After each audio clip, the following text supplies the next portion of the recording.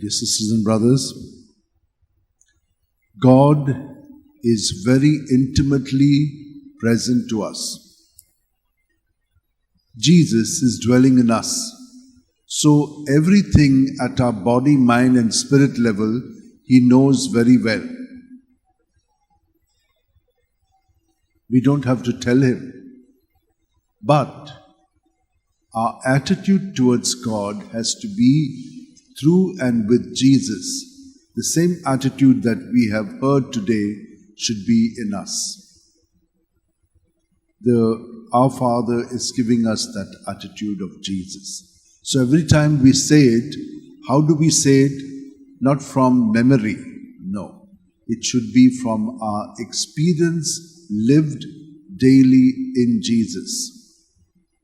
And you will see that every day we come deeper and deeper to understand the meaning and to live it, so that, like St. Paul, we will not be perturbed when others who are gifted excel more than us. We will be very humble, knowing that everyone has their place, but also for people not to be taken up by glamour, but to see the genuineness of those who remain united to God and to do the work, like Paulinus and his wife Theresia. He came from a very big family. They were top men. His father was governor of Gaul, that is France. And so he was very smart. He became a senator and things like that. And he got married to this Spanish lady who was very devout and a Christian. So he was not a Christian, so he became a Christian. And he did a lot. Like when he came to Napoli, there in Italy, there was this Saint Felix who had done great things. So he was very gracious at that time before he became a Christian. He built a hospital there for the poor and things like that. But later on, when he and his wife, who were devout, and he became a Christian, their son who died in infancy. So they decided to commit themselves to God, and she became a nun.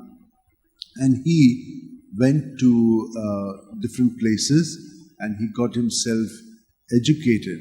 Like he went to Milan, and St. Ambrose was there, who was a great preacher and a great Christian. So with him he learned, and when he came to Nola, that is the place where he was, they made him a priest and soon made him also a bishop of the place. The people, because he was so good, he was going out of his way to help people.